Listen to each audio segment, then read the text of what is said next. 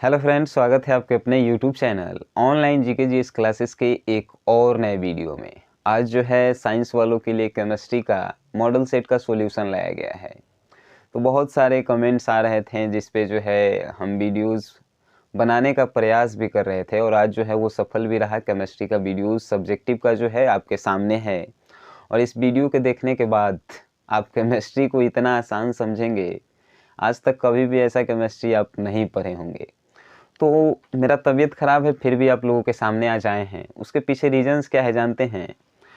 हम जो है एक पोस्ट डाले थे कि मेरा तबीयत ख़राब हो गया है, उस पर बहुत सारे लाइक आए, उसके लिए आप सभी को धन्यवाद। और भगवान जो है थोड़ा सा स्वस्थ हमें किए हैं।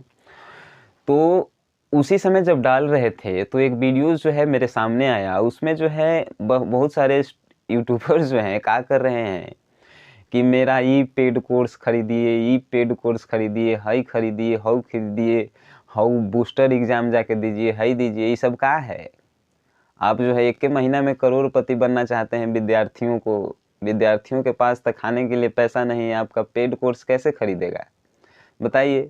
तो उससे जो है हमें बहुत बुरा लगा और हम सोचे कि नहीं, अब हमको जो है पढ़ाना ही होगा, चाहे तबीयत ख़राब रहे चाहे कुछ हो रहे। तो अब फिर जो है हम आ गए हैं और एकदम रेगुलर रहेंगे। आप लोगों का सिर्फ साथ चाहिए और आशीर्वाद रहा तो स्वस्थ भी रहेंगे। तो आइए आज केमिस्ट्री में तहलका मचाते हैं। सबसे पहला सब्जेक्टिव का क्वेश्चंस है, जो शॉर्ट क्वेश्चंस का हम बात करेंगे कि जेडेनो ठंडा में उजला होता है, गर्म में पीला हो जाता है, क्यों? व्याख्या करें।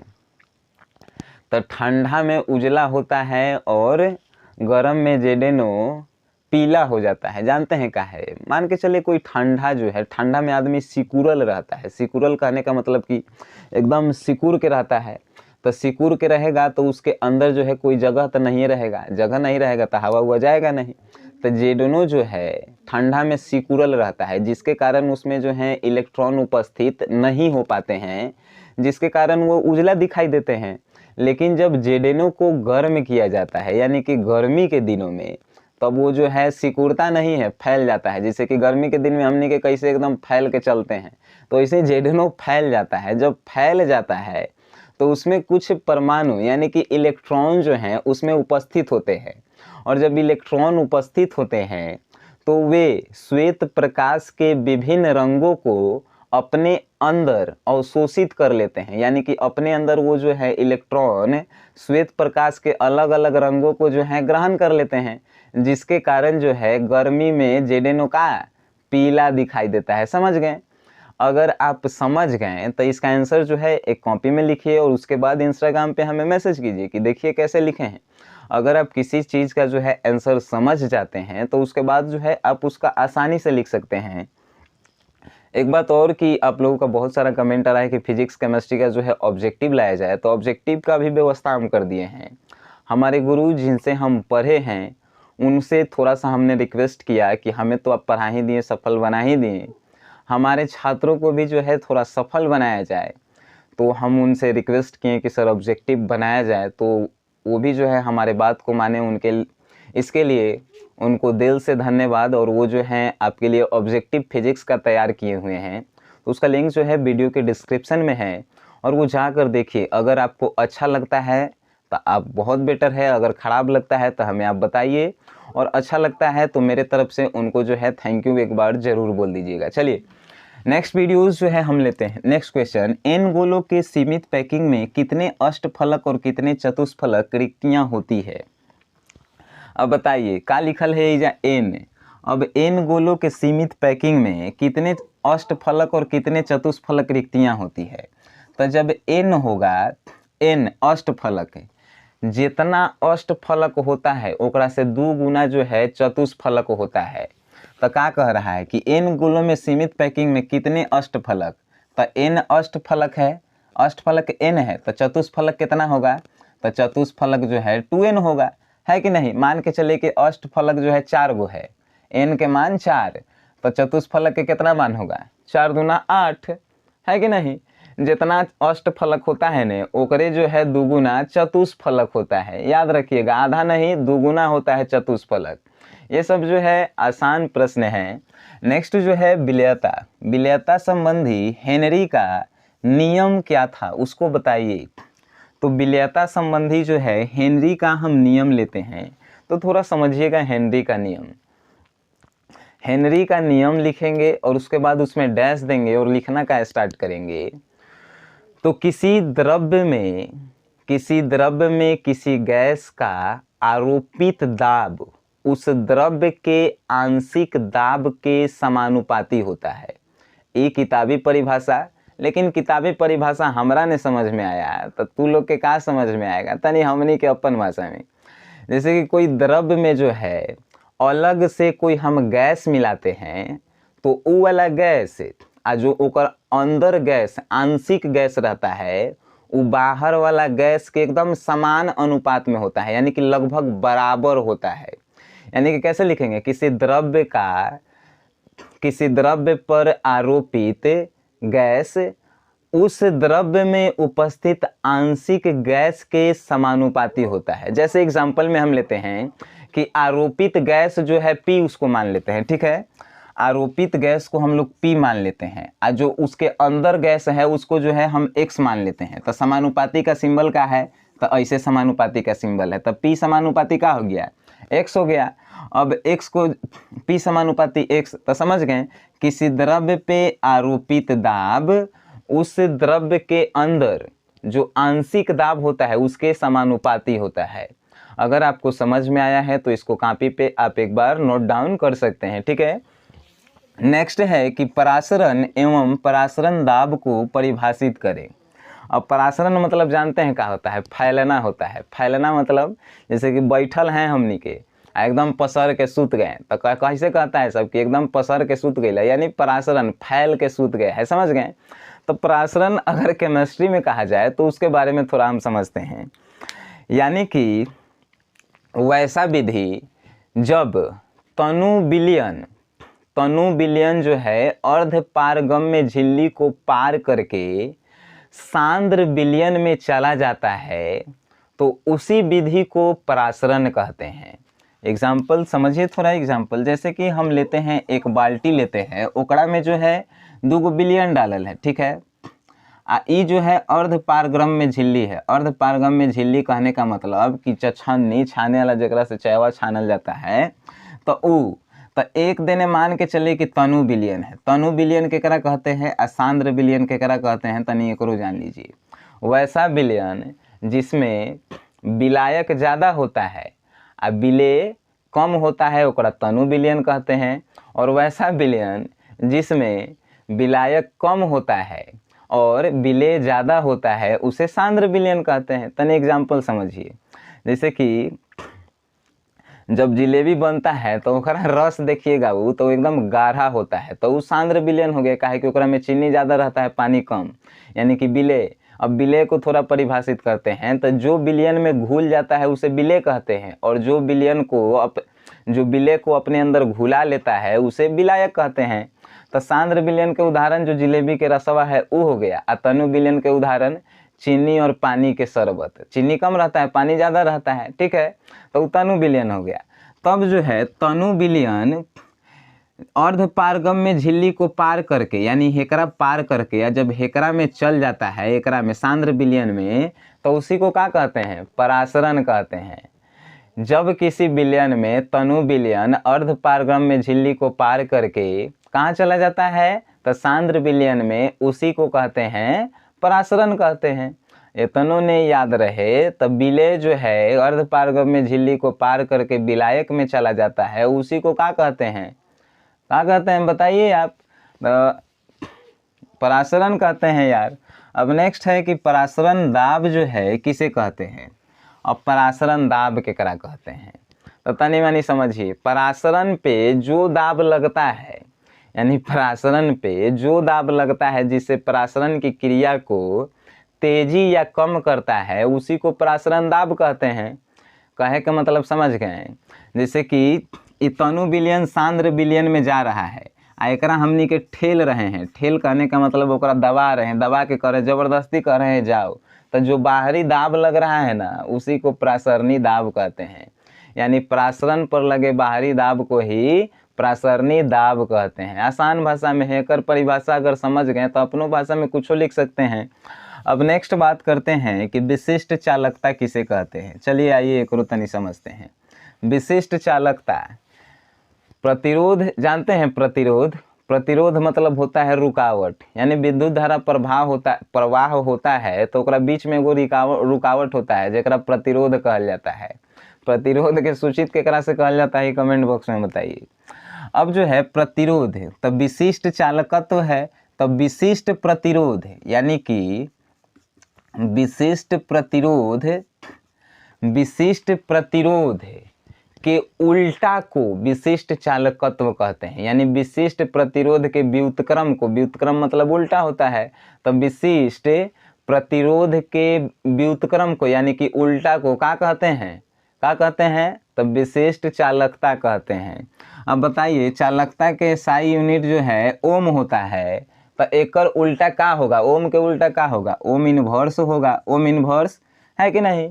तब विशिष्ट चालकता किसे कहते हैं, तब विशिष्ट प्रतिरोध के व्युत्क्रम को जो है विशिष्ट चालकता कहते हैं, है कि नहीं। अगर आपको थोड़ा सा भी लगे कि हम गलती बता रहे हैं तो आप जो है अपना नोट्स निकालिए, उससे मिलाइए, है कि नहीं। हम आसान भाषा में बताते हैं, किताबी भाषा हमको समझ में नहीं आता है। अब नेक्स्ट हम बात करते हैं कि अभिक्रिया की आणविकता से आप क्या समझते हैं। अभिक्रिया की आणविकता से हम क्या समझते हैं ये भी थोड़ा जान लीजिए। तो किसी भी रासायनिक अभिक्रिया में भाग लेने वाले अणु, परमाणु और इलेक्ट्रॉनों की कुल संख्या को अभिक्रिया की आणविकता कहते हैं। यानी कि कौनो रासायनिक अभिक्रिया करा रहे हैं, ओकरा में जितना अणु भाग ले रहा है, जितना परमाणु भाग ले रहा है, जितना इलेक्ट्रॉन भाग ले रहा है, उस सब के जोड़ेंगे और जितना आएगा वह जो है अभिक्रिया की आणविकता कहलाएगा। समझ गए। यानी रासायनिक अभिक्रिया में भाग लेने वाले अणु परमाणुओं की कुल संख्या को जो है अभिक्रिया की आणविकता कहते हैं। समझ गए। अब नेक्स्ट बात करते हैं कि भौतिक और रासायनिक अधिशोषण से आप क्या समझते हैं। सबसे पहले तो आपको अधिशोषण मालूम होना चाहिए कि अधिशोषण किसे कहते हैं। तो वैसी अभिक्रिया जिसमें कोई ठोस पदार्थ जो है अपने सतह पर लाके किसी को चिपका लेता है, जैसे ठोस, जैसे लोहा पर क्या चिपकता है तो चिम्बुक, है कि नहीं। तो वैसी अभिक्रिया जिसमें कोई ठोस जो है अपनी सतह पे किसी वस्तु को ला के चिपका लेता है, उसी को क्या कहते हैं, अधिशोषण कहते हैं। समझ गए। जैसे लोहा पे चिम्बुक सटे या चाहे चिम्बुक पे लोहा सटे, वो अभिक्रिया यानी कि जो हो रहा है वो क्या कहलाएगा, अधिशोषण कहलाएगा। अब अधिशोषण जो है दो प्रकार से होता है, एगो भौतिक अधिशोषण है, एगो रासायनिक अधिशोषण। भौतिक मतलब कि भगवान के बनावल, रासायनिक मतलब कि इंसान के बनावल। समझ गए। तो भौतिक अधिशोषण किसे कहते हैं वो भी थोड़ा समझिए। तो भौतिक अधिशोषण यानी कि वैसा अधिशोषण जिसमें अधिशोष्य और अधिशोषक के बीच कमजोर बल कार्य करते हैं, उसे भौतिक अधिशोषण कहते हैं। अब एहू प्रश्न आपका आना चाहिए कि अधिशोष्य और अधिशोषक किसे कहते हैं। तो अधिशोष्य मतलब कि वैसा वस्तु जो किसी सतह पे जाके चिपक जाता है उसको अधिशोष्य बोलते हैं। जैसे कि चिम्बुक है तो चिम्बुक पे लोहा जाके चिपक जाएगा तो लोहा अधिशोष्य होगा, और जो अपने सतह पे चिपका लेगा वो जो है अधिशोषक होगा। यानी चिम्बुक अधिशोषक हो गया, उस पे आके चिपक रहा है लोहा जो है वो अधिशोष्य हो गया। तो वैसी अभिक्रिया जिसमें अधिशोष्य और अधिशोषक के बीच कमजोर बल से जुड़े होते हैं उसी को भौतिक अधिशोषण कहते हैं। जैसे कि चिम्बुक और लोहा के सटाइएगा तो तुरंत उखाड़ हो जाता है कि नहीं, कमजोर बल रहते हैं। लेकिन अब एक ठीक उल्टा होता है रासायनिक अधिशोषण। रासायनिक अधिशोषण कहें तो वैसा अधिशोषण जिसमें अधिशोष्य और अधिशोषक के बीच मजबूत आकर्षण बल होता है, यानी कि मजबूती से जुड़े होते हैं, उसी को क्या बोलते हैं हम लोग, तो रासायनिक अधिशोषण बोलते हैं। रासायनिक अधिशोषण का उदाहरण जो है आप एगो जरूर दीजिए। जैसे कि फेविकोल एगो प्रचार देता था, हथिया वाला और फेविकोल वाला, समझ गए। तो वैसा जिसमें जो है मजबूत आकर्षण बल द्वारा जुटा रहेगा वो का रासायनिक अधिशोषण, और जो कमजोर बल द्वारा अधिशोष्य और अधिशोषक जुड़ा रहेगा वो का भौतिक अधिशोषण। अब आपसे पूछ देगा कि मान के चलिए क्या समझते हैं, तो ये क्वेश्चन था तो परिभाषा देंगे। आप पूछ दिए कि भौतिक अधिशोषण और रासायनिक अधिशोषण में दो अंतर बताइए, तो क्या बताएंगे? तो भौतिक अधिशोषण जो है निम्न ताप पर होता है। निम्न मतलब भौतिक अधिशोषण कम ताप पर होता है। रासायनिक अधिशोषण जो है ज़्यादा यानी निश्चित एगो ताप पे होता है। ठीक है। अब दूसरा अंतर देख लीजिए। तो भौतिक अधिशोषण जो है अधिशोष और अधिशोषक के बीच कमजोर बल होता है। रासायनिक अधिशोषण में अधिशोष और अधिशोषक के बीच मजबूत बल होता है। समझ गए कितना आसान है। अब नेक्स्ट बात करते हैं, जेडेन धातु के दो प्रमुख अयस्कों के नाम रासायनिक सूत्र लिखें। जेडेन मतलब क्या होता है? जिंक होता है। आई कितना एकर परमाणु संख्या है? तो 30 होता है कि नहीं? तो जेडेन के दो गो परमाणु अयस्क बताइए। तो एगो जिंक ब्लेड आ एगो जिंकाइट। तो जिंक ब्लेड के क्या होता है? जेडेन एस होता है और जिंकाइट के जेडेन ओ होता है कि नहीं? अगर आपसे ये प्रश्न नहीं पूछता है कि जेडेन धातु के दो प्रमुख अयस्क के नाम बताइए, तो ई में से 2-3 गो जरूर पूछेगा, जैसे कि या तो अल्युमिनियम के बताइए या तो लोहा के बताइए। तो ये वाला टॉपिक जो है आप एक बार रिवीजन कर लीजिएगा, जैसे जिससे रिलेटेड दिया होगा उसका अयस्क का नाम आप याद जरूर कर लीजिएगा। ठीक है, तो ये हो गया। अब नेक्स्ट, पायरोफॉस्फोरिक अम्ल का नाम एवं संरचना सूत्र बताइए। ये पायरोफॉस्फोरिक अम्ल का नाम और संरचना सूत्र बताने के लिए कह रहा है। तो देखिए इसका जो है पायरोफॉस्फोरिक अम्ल का सूत्र का होता है, तो H4 उसके बाद P2O7 H4P2O7 जो है एक एकर पायरोफॉस्फोरिक अम्ल का जो है सूत्र होता है। और अगर इसका संरचना बनाने के लिए कहे तो संरचना बनाइए। HO हो गया। अब HO के बाद जो है P डबल बॉन्ड ऊपर O और फिर जो है नीचे H हो गया। अब और थोड़ा आगे चलते हैं, OH होगा। आगे चलते हैं तो O और फिर P डबल बॉन्ड O और फिर OH और फिर OH हो गया। तो ऐसा जो है इसकी संरचना है। ये जो है हम नोट्स बनाए थे उसी में से लिखे हैं ये। अब बताइए इतना क्वेश्चन हमने के दिन भर में पढ़ रहे हैं, सब याद रहेगा नहीं ना? आपको समझाने के लिए जो है काफ़ी है। तो ये सूत्र जो है आप याद रखिएगा किसका? तो पायरोफॉस्फोरिक अम्ल का H4P2O7 और फिर इसका संरचना सूत्र HO bond P double bond O ऊपर एक बॉन्ड OH नीचे, फिर बॉन्ड सिंगल बॉन्ड O और फिर single bond P double bond O और सिंगल बॉन्ड OH फिर बॉन्ड OH। ये जो है इसका संरचना सूत्र होता है। तो इसको जो है हम इसलिए भी इम्पोर्टेंट नहीं मानते हैं, काहे कि ये अगर नहीं पूछेगा तो इससे रिलेटेड दूसरा ज़रूर पूछेगा जिसमें आपको संरचना सूत्र और उसका जो है संरचना बनाना होगा। ठीक है, तो इसको भी आप एक बार प्रैक्टिस कर लीजिए और इससे रिलेटेड जो भी उस चैप्टर में है जिसका संरचना सूत्र बनाना है वो भी आप प्रैक्टिस कर लीजिए। अब नेक्स्ट है ओजोन के दो उपयोगों को लिखें। ओजोन के पहले सूत्र तक कमेंट बॉक्स में बता दीजिए, कहता आप पढ़ लिख रहे हैं। तो ओजोन के सूत्र बता दीजिए। तो ओजोन के 2-3 गो उपयोगों हम बता देते हैं। सबसे पहला कीटनाशक के रूप में। कीटनाशक यानी कि खेतवा में जो हमने के छींटते हैं दवाइया कीटाणु के मारे ला, तो ओकरा में ओजोने के उपयोग करल जाता है, यानी ओजोन के उपयोग कीटनाशक के रूप में। दूसरा जो है वायु को शुद्ध करने में। वायु यानी कि जैसे खदान, कोयला के खदान जेकरा में धुआं जो है वायु एकदम गंदा हो जाता है, तो ओजोन का उपयोग किया जाता है कि नहीं? तो पहला का था कीटनाशक के रूप में, दूसरा वायु को शुद्ध करने के लिए हो गया ओजोन का उपयोग। अब पूछा 11 नंबर, HF, HCl, HBr एवं HI को अम्लीय शक्ति के बढ़ते क्रम में सजाएं।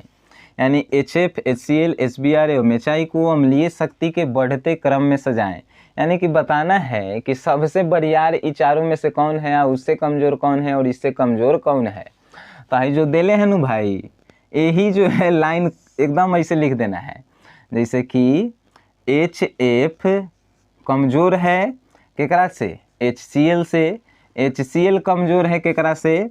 तो HBr से और HBr कमजोर का है HI से। आप लोग जानते होंगे कि हई वाला मुंह जेने में है खुला रहता है वो बड़ा रहता है, या जेने में है बंद रहता है वो छोटा रहता है। तो HF बड़ा है, HF छोटा है HCl से, HCl छोटा है HBr से, और HBr छोटा है HI से। समझ गए? यानी सबसे बड़ा HI और सबसे छोटा HF। तो ये आपका जो है आंसर हो गया है। तो अब हम बात करते हैं कि भोजन के परिरक्षक क्या है, उदाहरण दें।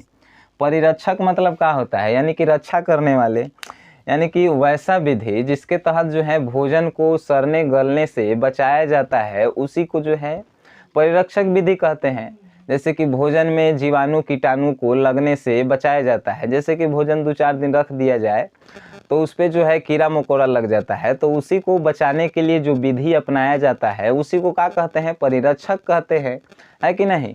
तो भोजन परिरक्षक क्या है, तो वैसा विधि जिससे भोजन को जीवाणु रहित होने से बचाया जाता है उसी को भोजन परिरक्षक कहते हैं। अब 2-3 गो उदाहरण दीजिए कि ऐसा कौन कौन चीज़ जो है हमनी के करेंगे कि भोजन जो है बच जाए, कि कीटाणु नहीं लगे उसमें। तो सिट्रिक अम्ल का प्रयोग कीजिए, सिट्रिक अम्ल, उसके बाद बेंजोइक अम्ल का भी प्रयोग आप लोग कर सकते हैं।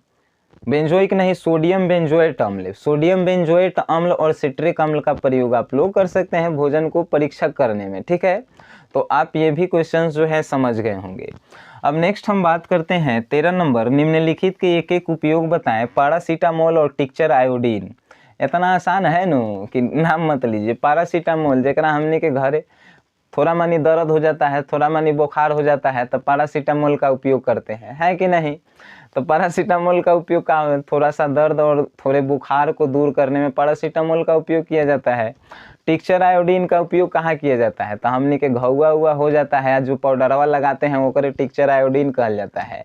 यानी कि घाव पे लगाने में जो है टिंचर आयोडीन का उपयोग किया जाता है। ज़्यादा लंबा वीडियो इसलिए नहीं हो पाया है क्योंकि बोलने में दिक्कत हो रहा है, और ज़्यादा बोलेंगे फिर तबीयत खराब होगा, फिर जो है आपका वीडियोस आने में लेट होगा। तो इतना ही, और अगर आपको अच्छा लगा तो पार्ट 2 जो है कमेंट कीजिए। अगर 500 कमेंट आ गए कि पार्ट 2 बनाया जाए तो इसका पार्ट 2 बनाया जाएगा। और इम्पोर्टेंट जो है केमिस्ट्री का क्वेश्चन भी सिलेक्ट कर रहे हैं। जैसे जैसे तबीयत में सुधार आएगा आप लोगों के लिए हम मेहनत करते रहेंगे। एक बात और, आप जो है पेड कोर्स के चक्कर में नहीं पड़े। हम लोग पेड कोर्स जो हैं नहीं ज्वाइन कर सकते हैं। अगर पेड कोर्स ज्वाइन करना रहता तो हम लोग ऑफलाइन क्लास में पैसा देकर नहीं पढ़ते हैं, है कि नहीं। पेड कोर्स के लिए पैसा नहीं है, तभी तो है यूट्यूब पे हम लोग। तो आप लोगों का सहयोग रहा तो हम ऐसे यूट्यूब पे आप लोगों के लिए निःशुल्क शिक्षा का आयोजन करते रहेंगे। चलिए, आपको अच्छा लगा तो शेयर कीजिए, और जितना ज़्यादा शेयर कीजिएगा उतना ही लोगों का जो है इस वीडियो से फ़ायदा होगा।